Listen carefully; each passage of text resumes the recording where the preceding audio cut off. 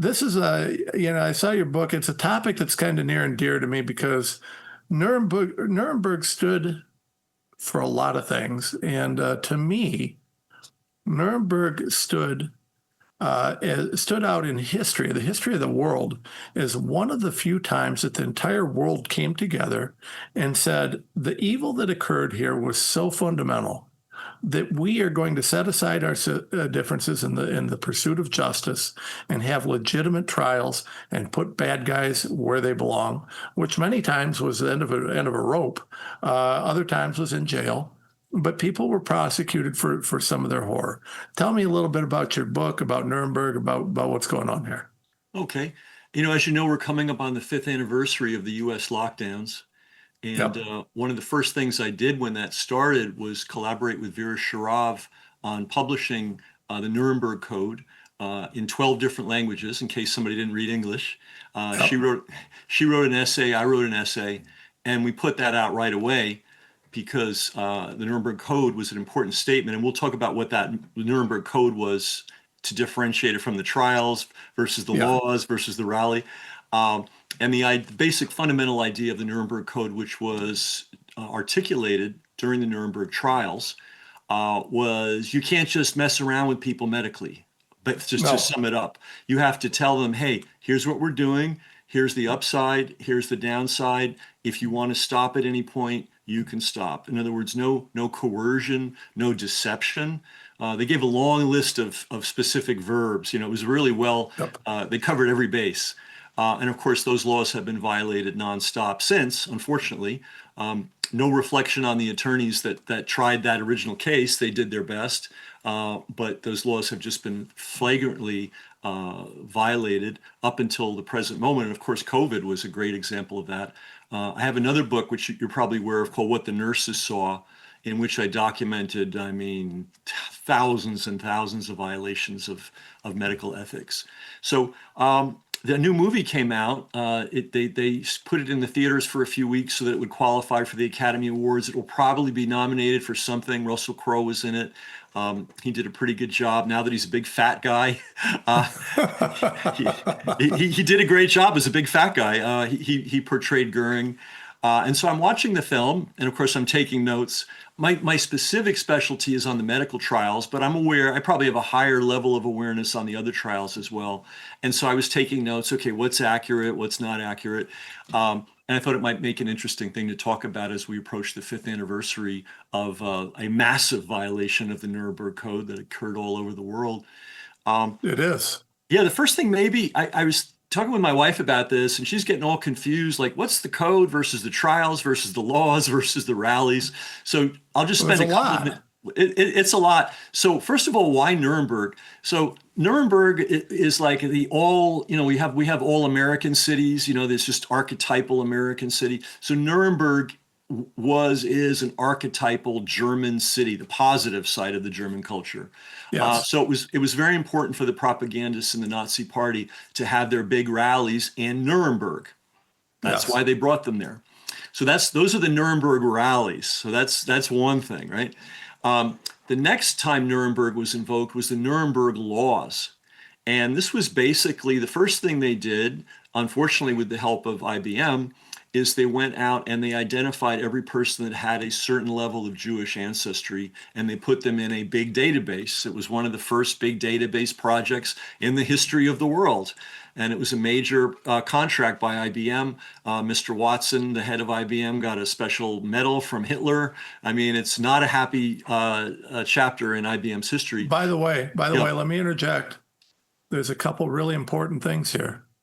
Watson, by the way, the name of IBM's current AI, and that database was not entirely dissimilar to the concept of the vaccine database, which they were trying to build.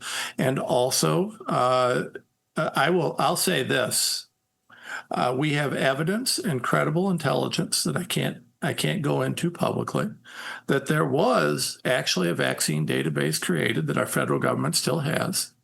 We don't know the details of it. We don't know how comprehensive it was, but for people who did receive the COVID vaccine. Now, it's obviously not complete, but we do have very, very good reason to believe that such a database was created during COVID.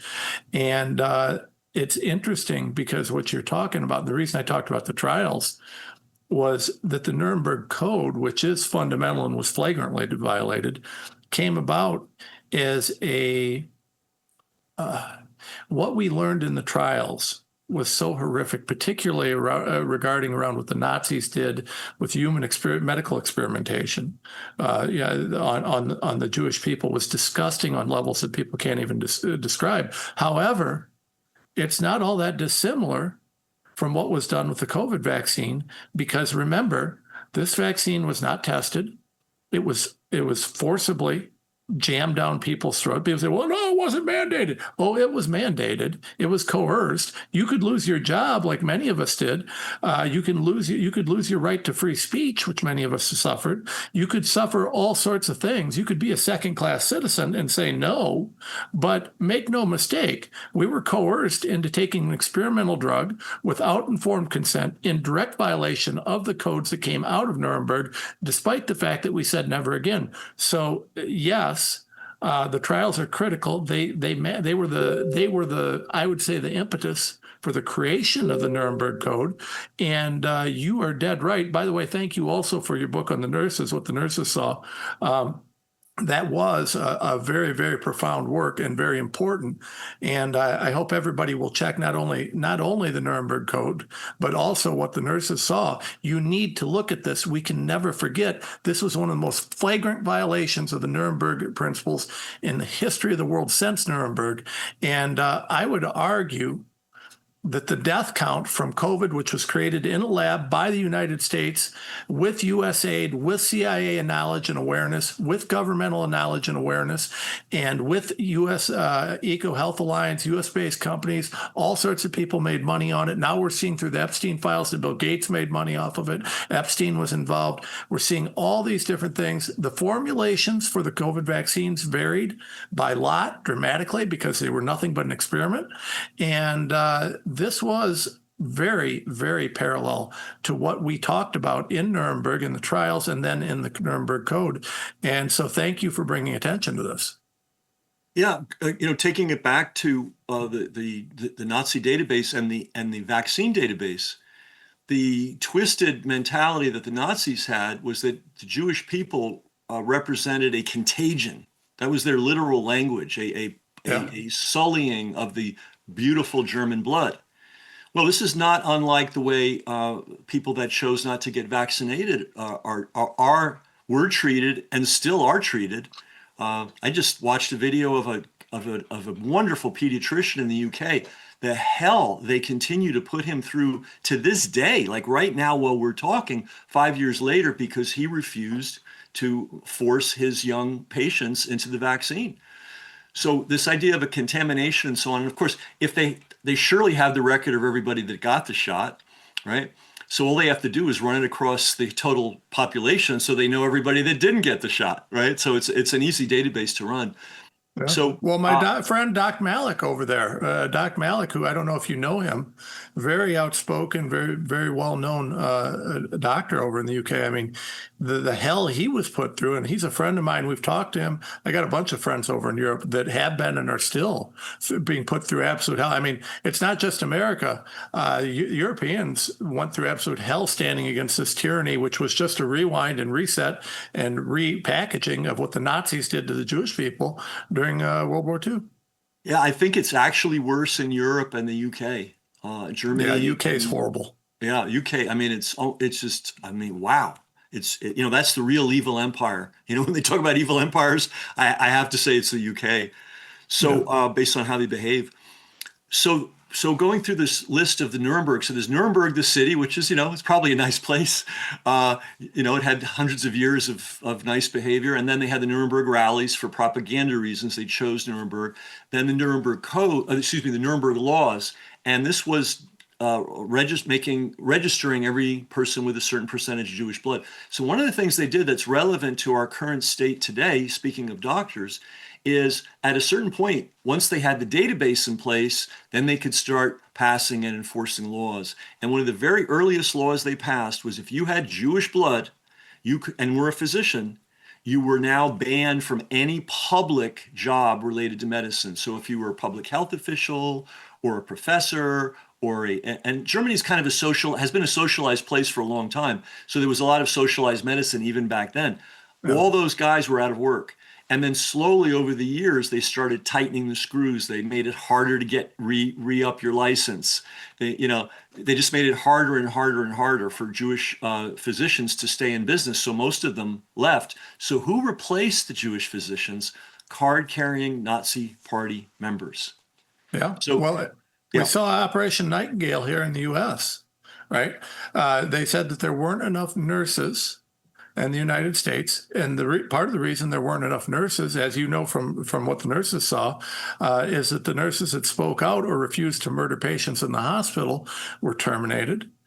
And they were replaced with unqualified people who were given just garbage licenses, basically pushed through because they had no compunction about just follow orders, just like the Nazis. This was literally, I'm sorry, but COVID was literally straight out of the Nazi playbook. Well, a whole lot of people ended up dead as a result of that system who did not need to die. They did not have to die of a respiratory problem. And yet they went into a hospital with a respiratory problem. And next thing you know, they're being pumped with remdesivir. They're being put on invasive ventilation. They're being kept on the ventilation for longer than 96 hours to get an additional bonus. All kinds of crazy things that have never been part of modern medical practice. It's not like they were following, standard medical practice in treating these people. For instance, they denied them ibuprofen, Advil. You couldn't get anti-inflammatories if you had a positive COVID test. You couldn't get inhalable steroids. So it is the equivalent to a fire truck showing up at a burning house and just standing there and letting the house burn down, and then at the last minute, hosing it down and saying, we tried our best. We couldn't do anything to help. I think you're too kind on it, to be honest with you, Ken. I try to moderate my statements for those that can't grasp the enormity of the evil. But in my case, I'm no longer doing that. So I'm just going to say outright, let's not overlook the milazepam, some of the depressants that were used to artificially lower oxygen levels. The fact that that 96-hour standard that you're talking about with on forced air was actually not only not used in the past, but was known to be dangerous. Oh, yeah. And that the ventilators were not only ran too long, but also at too high a force and caused, in many, many cases, the lung damage that they then blamed on COVID. They literally knew they were murdering people. They were violating known safety standards intentionally. And with the blessing of Anthony Fauci, where he controlled this through Obamacare and electronic medical records to murder patients on a profound scale so that he could justify further lockdowns, forcing these horrible mRNA poisons on people, and also the use of remdesivir, which was not only never proven, but proven to be unsafe prior to being used. Then that was railroaded through. And yet to this day, and you're going to have to forgive me, you don't have to take the political stand I'm going to, Donald Trump and this administration continue to push these unsafe, ineffective, and now known to be dangerous treatments, known to be dangerous protocols, and arguably disastrous mRNA poisons without the courage to actually take these off the shelves. Now, we know where Bobby stands on this, but we also know that Susie Wiles, who has never met a special interest she didn't love, and Pam Bondi, who actually represented Pfizer until coming into the administration, and then on her first day killed two OFAC investigations into her former client, Pfizer. The corruption is mind-blowing, and the war against MAHA is overt. And while I still hope that President Trump will get it together, come back to MAGA, and realize that he wouldn't be president without MAHA, I'm a little bit frustrated and not overly hopeful at this point. Go ahead. You don't have to be quite so aggressive as I am, but I do have a recording and several other very strong pieces of evidence. But I have a literal recording of a nurse talking about her floor being the killing floor, where COVID patients were brought to be murdered and to be OD'd on morphine, to be railroaded into palliative care, and then to watch them die so that they could collect their bonuses and make more money. It's absolutely true. For what the nurses saw, I interviewed nurses all over the country and Canada, and they told the same identical story of how things were handled. And so to bring this back to the Nazi era, when they drove all the Jewish physicians out of medicine, they they brought in all these, well, literal Nazis, not figurative, not metaphorical, literal Nazis whose first adherence and loyalty was to the Fuhrer. And so if the Fuhrer said, kill this guy, they just went ahead and did it. And I'm afraid we have a similar pattern in this country where the good doctors and the good nurses are being so discouraged and so abused that many of them are leaving practice. And what are they being replaced by? People for whom being a nurse is just a payday. And you know, during COVID, especially in the early months, when the Department of Homeland Security was issuing the paychecks via private contractors, nurses were making $10,000 a week. That's a week. I didn't say a month, a week. So Yep. who? I mean, there are a lot of people that aren't able to say no to $10,000 a week. If I mean, you could Well, bribe the average politician for far less. And so anyway, so going back to all these different Nuremberg strands. So those were the Nuremberg laws. First, identifying who were the Jewish people, and then systematically using that identification to pass laws to ban them from all kinds of things. But for our purposes, the practice of medicine and nursing and public health, which facilitated the original Holocaust, which was the murder of handicapped people. A lot of people aren't aware of that. It started with a program to kill disabled infants, then disabled children, then disabled older people, and the entire methodology, the transporting of them to single facilities. Initially, they used buses, the experimentation with gas. All that started on handicapped people, and it yes, was it did. and it was illustrated, and it was executed by Nazi doctors who had replaced the normal culture of German medicine.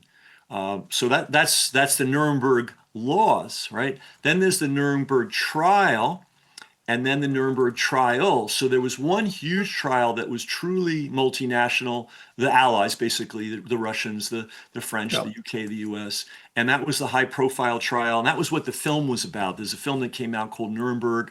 It showed for a few weeks in the theaters last year in order to qualify for the Academy Award. I'm going to guess it's going to get a few nominations. So people are going to be thinking about the Nuremberg trial, which is why I wanted to be on your show, which I really appreciate you letting me be on to explain this. So there was that one big trial, but then it broke up, and the trials were then held by the Americans only, the further trials, the French only, and the Russians only. Yep. And so what's interesting, and I think people need to know this, is the extent of the murder and mayhem that the Nazis carried out in Russia was unbelievable. I just want to check my numbers here to make sure I get it right. Civilian deaths in Russia, somewhere between 13 and 15 million, Yeah. just in Russia alone. Part of that was by forced starvation. So they would be, these were rural communities. This is pre-highway, right? No superhighway. You couldn't jump into the SUV and go to Walmart and stock up on groceries. You grew what you grew. You stored it on the farm. So the Germans just came through, and the Nazis just came through, took everything in the beginning of winter and said, we'll see you in the spring. And many, many, many families just starved to death. There was no place for them to go. But they did something else, which is they would round up the entire village, put them in the local church, put them in barns, and then just set them aflame and stand around with machine guns and gun anybody down who didn't come in. They did this in thousands of villages. And unfortunately, this is a part of the history that people aren't aware of, and they should be aware Yeah. that there was this other side to the catastrophe. So then the next Nuremberg thing that a lot of people refer to, and we've talked about it already, is the Nuremberg Code itself. And that came out of one of the subsequent trials that was run by America only, called the Doctors Trial.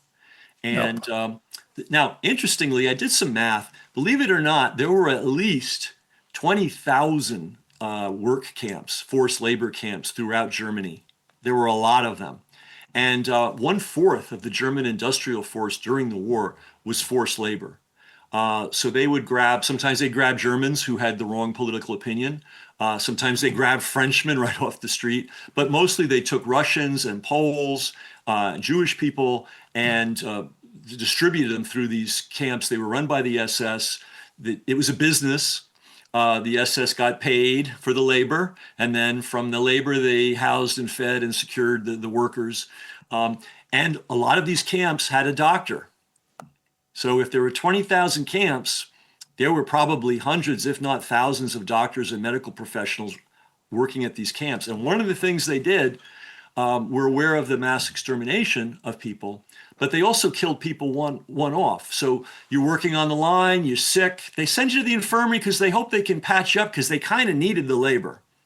And they looked at you and said, this guy's useless. He's never going to get better. And they'd kill you on the spot with an injection to the heart of phenol. Yep. So that was one of the things that these doctors were tried for.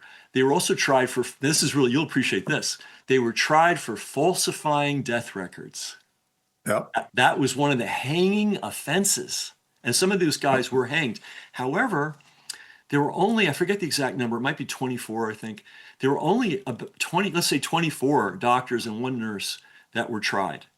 So on the one hand, you had thousands of card-carrying Nazi doctors that were part of this system and surely were directly involved in the murder of innocent people. And on the other hand, we only have 24 people that made it to court. Well, and let me reiterate another parallel. Early on in COVID, I want to say it was in May of 2020, the federal government put out a little memo that changed the coroner's handbook. The coroner's handbook is the doctrine that determines cause of death. It lays out and shows how a coroner determines cause of death. And it hadn't been changed prior to that since 2003. There's no need to change it. Every cause of death is determined the same way, except for COVID, right? In COVID, they put out a memo and said that regardless of what killed you, if you might have COVID, if there's any chance you have COVID, you should be called a COVID death, right? So what they did then was they enshrined, just like the Nazis did,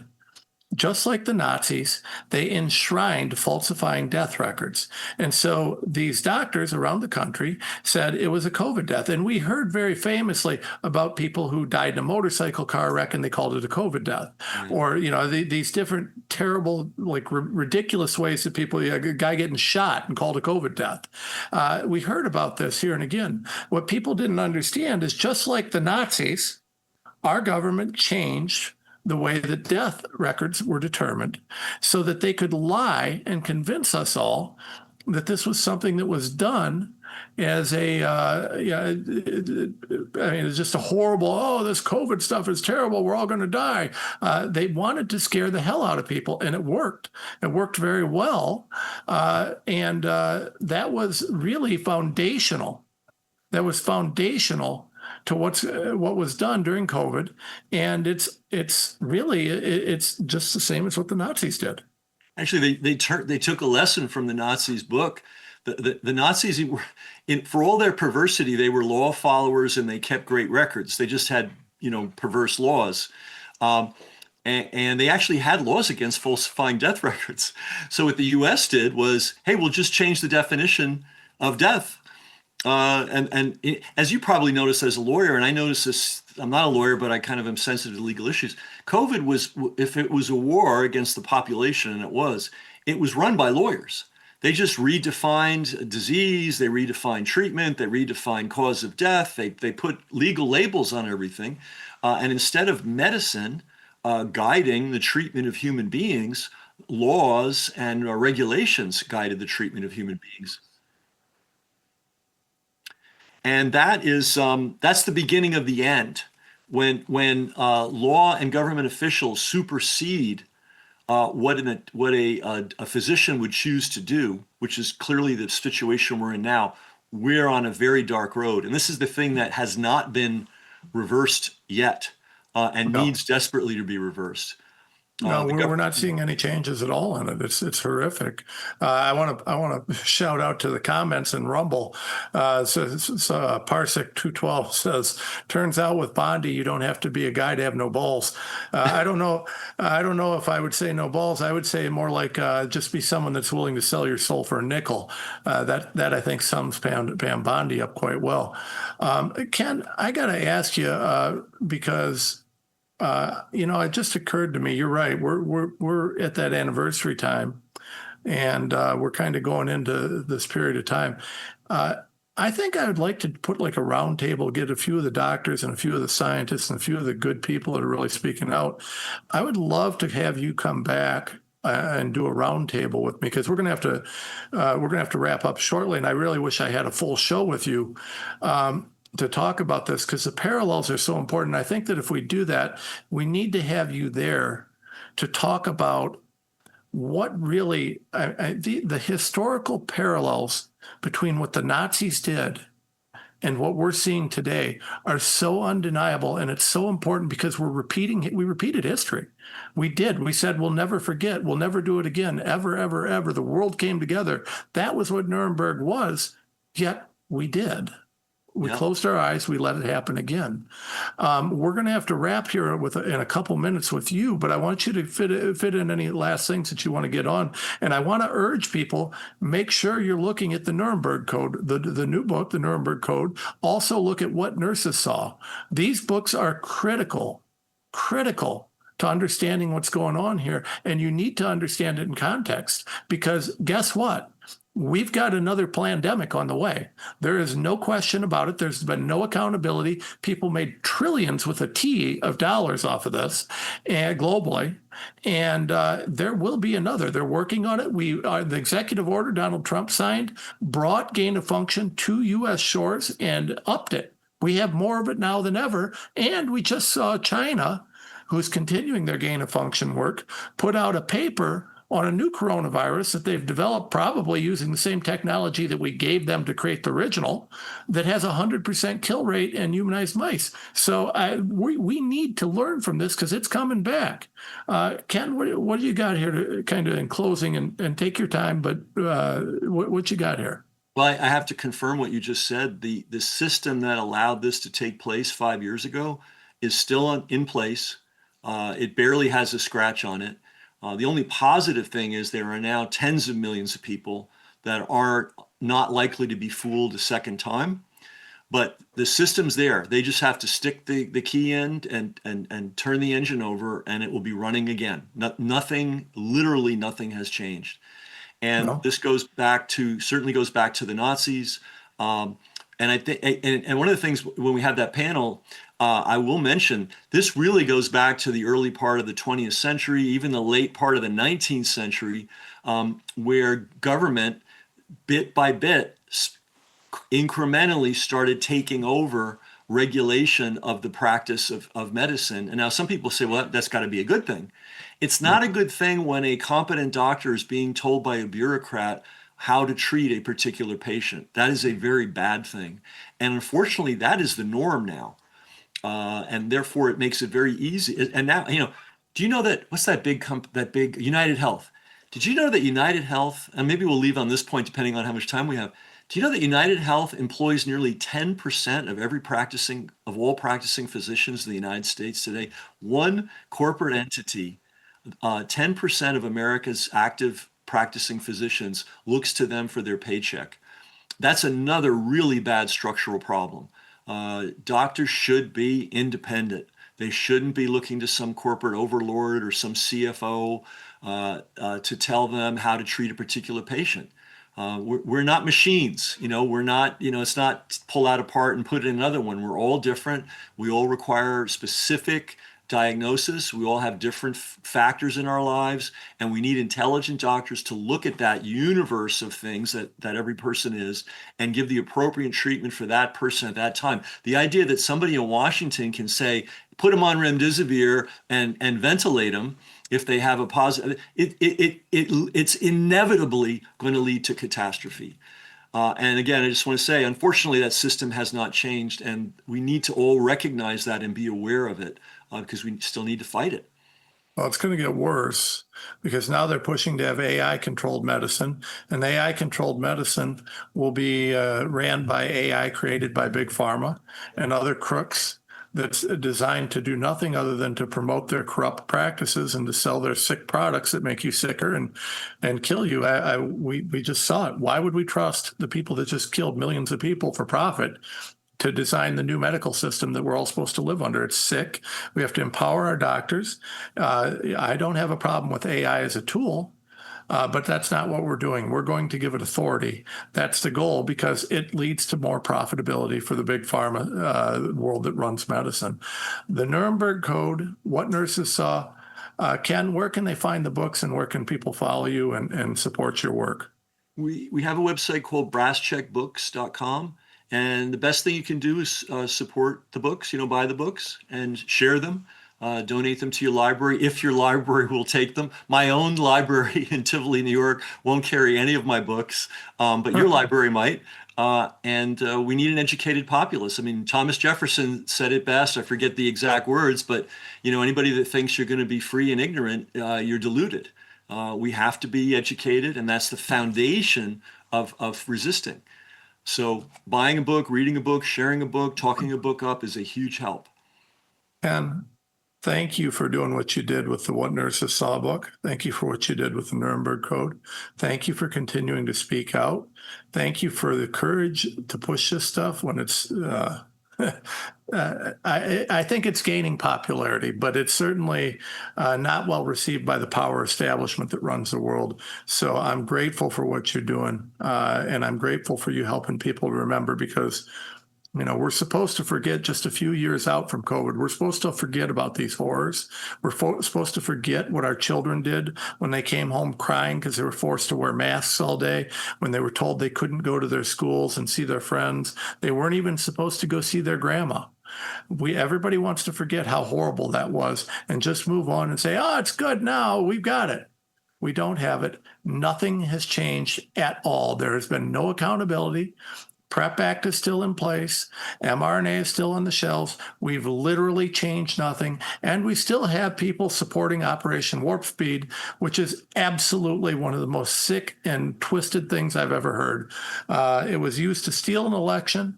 It was used to kill people. It was used to profit special interests. And we can't even get elected officials with the courage to stand up on that. Thank God for guys like you. Thank you very much, Ken. Thanks for having me, Tom. Let's never forget. Never, ever. And let's have you back soon. All right. That is Ken McCarthy, who, I don't know if he's going to win any awards for his books, but because the awards, they won't give you an award if you do what's right. They only give you an award if you're willing to sell your soul. But Ken did a wonderful job on these books. I do urge you to look at them.